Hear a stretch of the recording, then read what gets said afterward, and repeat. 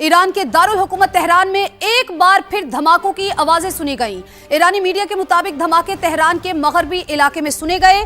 तो आपको बता रहे हैं, ये बड़ी खबर के हवाले से आपको बताएं कि ईरान के दारुल हुकूमत तेहरान में एक बार फिर धमाकों की आवाजें सुनी गई हैं। जी हां, ईरानी मीडिया के मुताबिक धमाके तेहरान के मगरबी इलाके में सुने गए हैं। ईरान के दारुल हुकूमत तेहरान में एक बार फिर धमाकों की आवाजें सुनी गई हैं और ईरानी मीडिया ऐसे रिपोर्ट कर रहा है कि धमाके तेहरान के मगरबी इलाके में सुने गए हैं। धमाके तेहरान के मगरबी इलाके में सुने गए।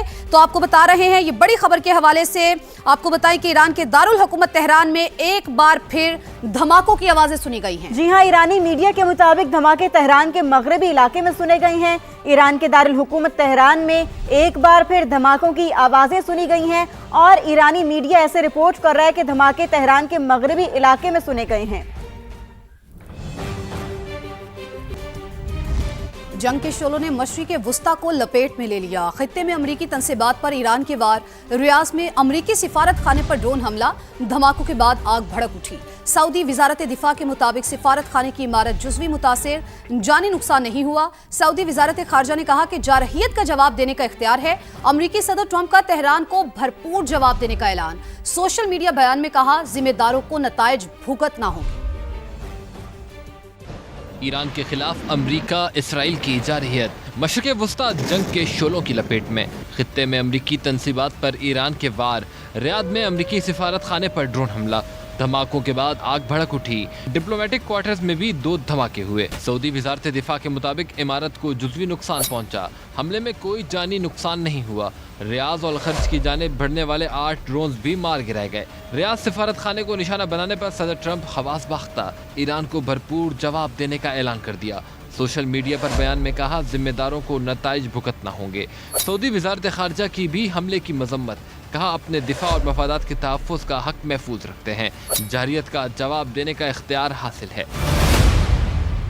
ईरान को सऊदी सरजमीन इस्तेमाल न होने की यकीन दहानी लेकर दी। नायब वज़ीर-ए-आज़म इसहाक डार की सेनेट में सिफारती कोशिशों पर ब्रीफिंग। बताया कि पाकिस्तान सऊदी अरब के साथ दिफाई मुआहिदा कर चुका। ईरान से कहा है कि इसे मद्देनजर रखा जाए। सबने देखा, सऊदी अरब और ओमान के खिलाफ कम रिएक्शन हुआ। पाकिस्तान की पुरखुलूस कोशिशों को मुल्क में गलत रंग देना ठीक नहीं। अयातुल्लाह सैयद अली खमनाई साहब को शहीद कर दिया गया। उस पर वज़ीर-ए-आज़म ने बयान जारी किया। हम अकेला मुल्क है जिसने कंडेम किया और उसको ईरान ने अप्रिशिएट किया। किसी के इंटरेस्ट पे नहीं है ये कॉन्फ्लिक्ट। ईरान माना हुआ कि हम न्यूक्लियर वेपन्स नहीं बनाएंगे। हम सऊदी अरेबिया के साथ एक स्ट्रेटेजिक म्यूचुअल डिफेंस एग्रीमेंट कर चुके हैं। मैंने उसको मद्देनजर रखते हुए सऊदी अरेबिया से फौरी सेंसिटाइज किया अपने भाइयों को जो लीडरशिप में है ईरान में कि please keep that in mind. उन्होंने कुछ अश्योरेंसेस मांगी, मुझे कहा कि इनको कहे कि इनका सॉइल पे यूज नहीं होना चाहिए। मैंने वो अश्योरेंसेस लेके दी। हमने कोई फोरम नहीं छोड़ा जहां हमने ये इशू नहीं उठाई। वज़ीर-ए-आज़म ने बेपनाह उनकी एफर्ट्स उन्होंने की। फील्ड मार्शल सैयद आसिम मुनीर साहब अपने लेवल पर कनेक्टिक एरिया में उन्होंने बहुत एफर्ट्स की। प्रोटेस्ट हुए हैं, जो मूवमेंट्स हुई हैं, उनको पता होना चाहिए कि पाकिस्तान तो दिल जान के साथ जब से प्रॉब्लम शुरू हुई है उनके साथ खड़ा है। तो ये टाइम नहीं है हमारा इलाका अपने 8 फुट की मस्जिद क्रिएट करने का। It's a time to be United.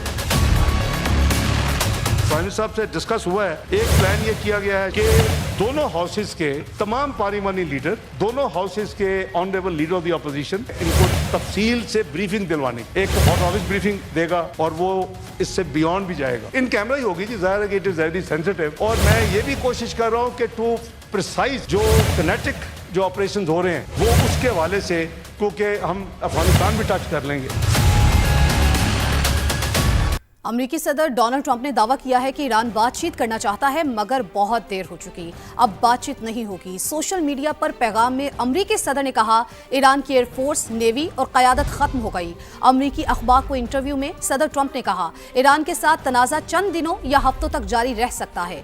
Iran में बच जाने वाले हुकूमती अरकान के साथ काम करने के लिए तैयार हैं। ईरान की मिसाइल तंसीबात तबाह हो रही हैं, लॉन्चर कम हो रहे हैं। अमेरिका के पास लामहदूद वसाइल मौजूद हैं।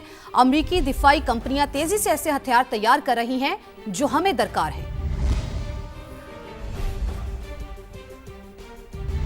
इसराइल और अमेरिका के ईरान पर चौथे रोज भी हमले। हलाल अहमर के मुताबिक 153 शहरों में 500 से ज्यादा मकामात पर 1039 बम और मिसाइल दागे गए, जहां बहक अफराद की तादाद 787 हो गई।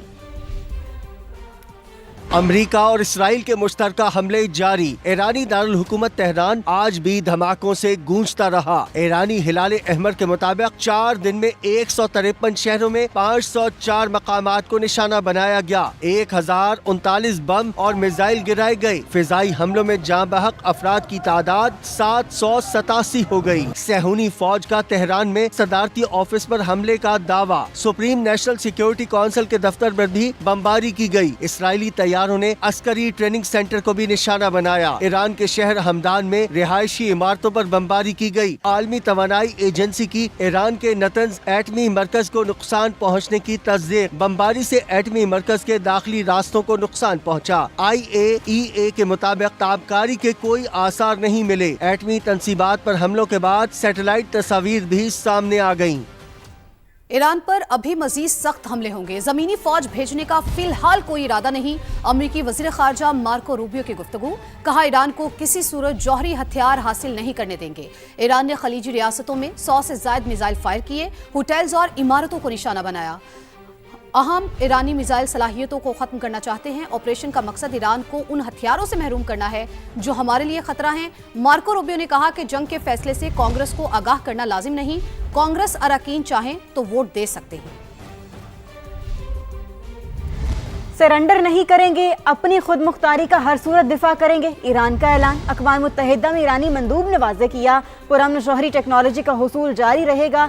ईरानी सदर मसूद पज़ेश्कियान कहते हैं, एमरजेंसी सूरत हाल है मगर मुल्क रुका नहीं। कौमी इत्तेहाद हमारी बुनियाद है। जिंदगी मामूल के मुताबिक चल रही है। सूबों के गवर्नर्स के साथ बराह रास्त राबते में हैं। ईरान के दुश्मन पर भरपूर जवाबी हमले। इसराइल पर मिसाइलों की बौछार कर दी। खलीजी ममालिक और मशरिक़ वस्ता में अमरीकी अड्डों को निशाना बनाया। ईरानी हमलों में अब तक 6 अमरीकी और 11 इसराइली हलाक हो चुके हैं।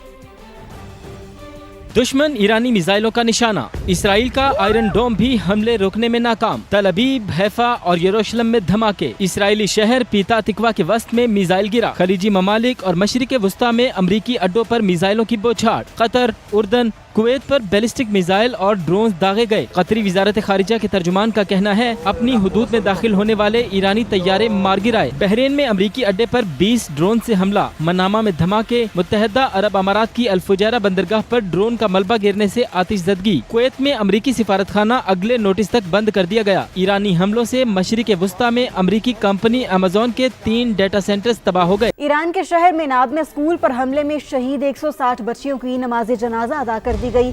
बच्चियों के जनाजे में हजारों अफराद ने शिरकत की। शुरका इसराइल और अमेरिका के खिलाफ नारे लगाते रहे।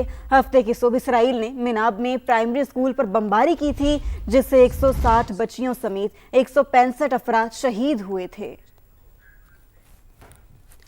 सुप्रीम लीडर आयतुल्लाह खामेनाई के साहिबजादा मुश्तबा खामेनाई जिंदा और मुकम्मल सेहतयाब हैं। ईरानी मीडिया ने उनकी मौत का दावा मुस्तरद कर दिया। लिखा, मुश्तबा खामेनाई मुल्क के अहम उमूर को देख रहे हैं। गैर मुल्की मीडिया ने आयतुल्लाह खामेनाई के साथ उनके साहिबजादे की भी शहादत का दावा किया था।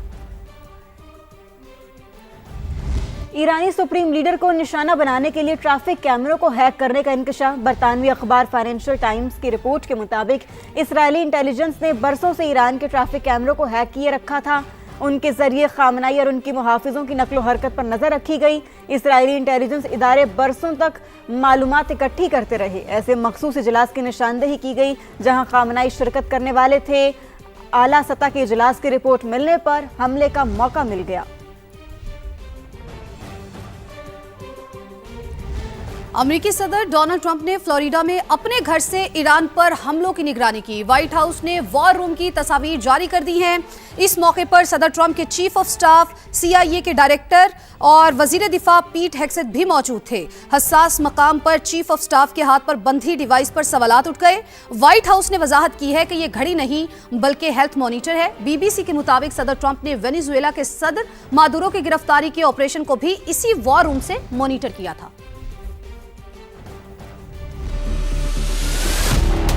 सिर्फ 7 मिनट में ईरान इसराइल के दिल यानी तल अवीव पर वार कर सकता है। ये सिर्फ ईरान का एक मिसाइल है, सिज्जील, जो जनूब मशरकी यूरोप और वस्ती एशिया के कुछ हिस्सों को भी निशाना बनाने की सलाहियत रखता है। सिज्जील 2 की रेंज 2500 किलोमीटर है, जो 700 किलोग्राम वजनी वॉरहेड भी ले जा सकता है।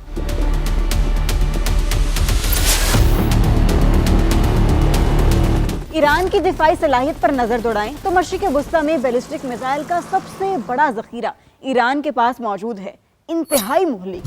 सिज्जील 2 के अलावा 2000 किलोमीटर की रेंज वाला गदर मिसाइल भी ईरान के पास है।